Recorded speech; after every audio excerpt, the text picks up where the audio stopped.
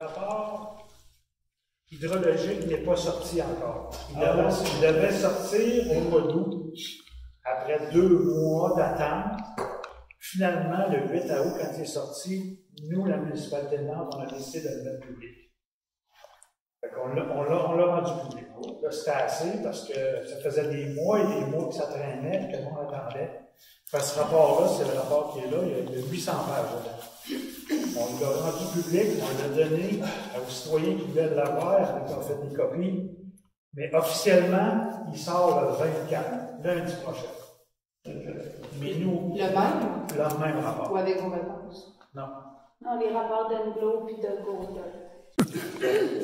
Dans le fond, mon mandat à moi, c'était de lire les rapports. Vu que je suis hydrogéologue puis que j'ai une bonne connaissance du langage, ben, ça a été plus facile pour moi que pour vous, par exemple.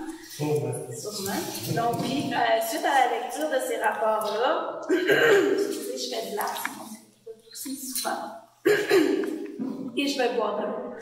Suite à la lecture de ces rapports-là, j'ai posé des questions, j'ai eu des rencontres avec les experts qui ont écrit les rapports, j'ai posé d'autres questions et ça m'a permis de vraiment avoir une meilleure vue de ce qui se passait d'un point de vue technique. Okay. Puis suite à ça, ça a fait évoluer le dossier aussi, là, puis j'ai challengé beaucoup, là, comme l'avocat du diable, là. J'ai challengé beaucoup Transport Canada puis Canadien Pacifique.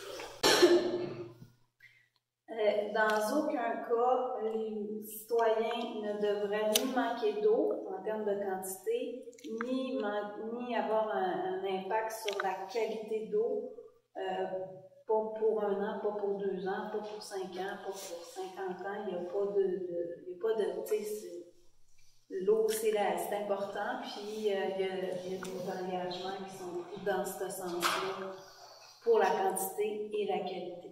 Avis. OK. Merci. C'est ce qu'on souhaite, c'est pas la garantie qui est donnée.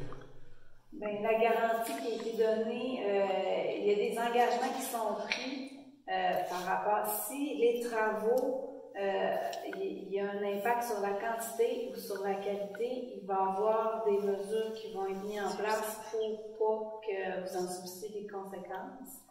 Je dirais que la fiabilité des chiffres et des informations qui s'y trouvent, elle est de 9 sur 10, parce qu'il y a toujours une marge d'erreur. C'est juste qu'il y a de l'information qu'il n'y avait pas, qui était importante pour déterminer l'impact sur les autres usagers. Si vous prenez le temps de le lire comme il le faut, là, vous allez voir que dans le rapport d'Englo, on y va avec des peut-être beaucoup un peu, puis l'autre, on arrive avec des gros impacts sur la qualité de l'eau et sa quantité, puis entre les deux, on n'a pas la réponse. Oui, mais moi non plus, ça va être quoi l'impact réel? Puis c'est ça que vous voulez savoir. Non, mais la question, là, il peut y avoir toutes sortes de beaux chiffres là-dedans. Je suis pleinement d'accord que quand ils ont pris un relevé sur un piézomètre, le chiffre était de 9, il a inscrit 9. C'est 100%, c'est good, c'est parfait. Ouais.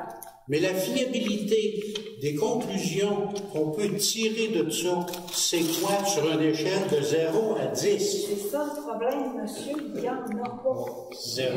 C'est Il n'y a 0. pas de conclusion. Donc, c'est une boule de cristal et puis on dépense de l'argent pour des études qui sont pas trop utiles.